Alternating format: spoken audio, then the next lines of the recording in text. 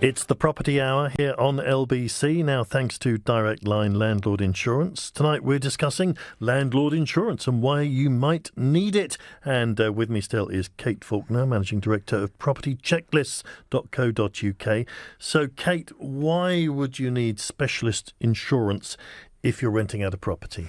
Well, from the insurer's perspective, if they know you, Clive, and they go, right, we know you and we know that you own your home, then they'll be quite comfortable with that. They'll have an idea of some of your history. Whereas when you're a landlord and you're renting out to tenants, they're not going to know who those tenants are. And there's lots of things that can go wrong. They might not take care of the property as well as you do because they don't necessarily own it. So they're considered a higher risk. So your normal insurance policy, home insurance policy, won't protect you, and you really do need specialist landlord insurance. So would it, if you've already got home insurance, would that cover a rented property in any way? No, not really. The only thing it might do is you might be able to talk to them if you were renting out a room, for example. But when you're really a landlord and you're renting out a property, you really need to make sure you have the specialist insurance for the risks that needs to cover, which will be very different to you living in your home. So what kind of risks are we talking about? What does landlord insurance include?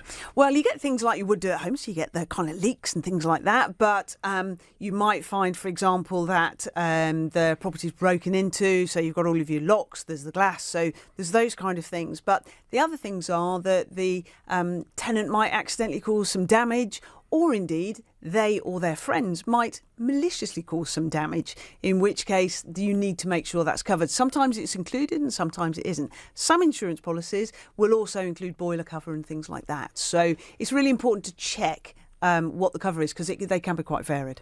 And what about if you've got more than one property, as a lot of people do now? Then they've got two or three. Do you need separate policies for each of those? No, and it's actually worth looking at, can you do a policy, as we call it, multi-property policy. And the reason for that is that, say, for example, you've got two properties now, but you want to add a third one to it. You don't want to have to take out a separate insurance for that and then try and remember, which I know I wouldn't do very well. You've got to remember with the date that you insured every single property. Whereas if you put it on a multi-property policy, then what you're able to do is you're able to add that to the existing insurance, and then you can renew on the same date. And often you will get a discount as well, and no one would want to miss out on that. And what would you say are the key risks then that landlords need to make sure they are covered for? Sure. Well, the key risks are really things that the tenant causing any damage, and those things we're used to.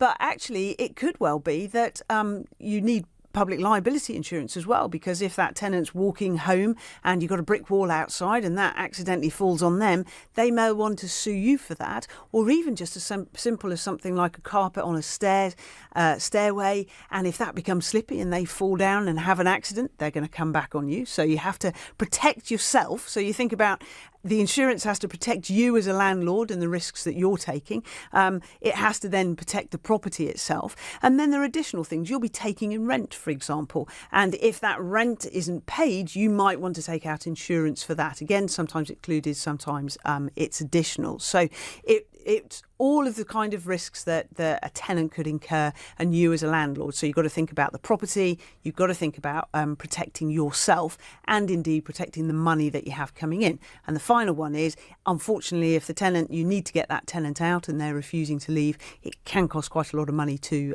evict the tenant if you're doing so, even if you're doing so lawfully. As a result, you can get additional insurance for that. OK, Kate, thanks for that. And thanks to Direct Line Landlord Insurance. And for more information and the chance to win a tech bundle, go to lbc.co.uk.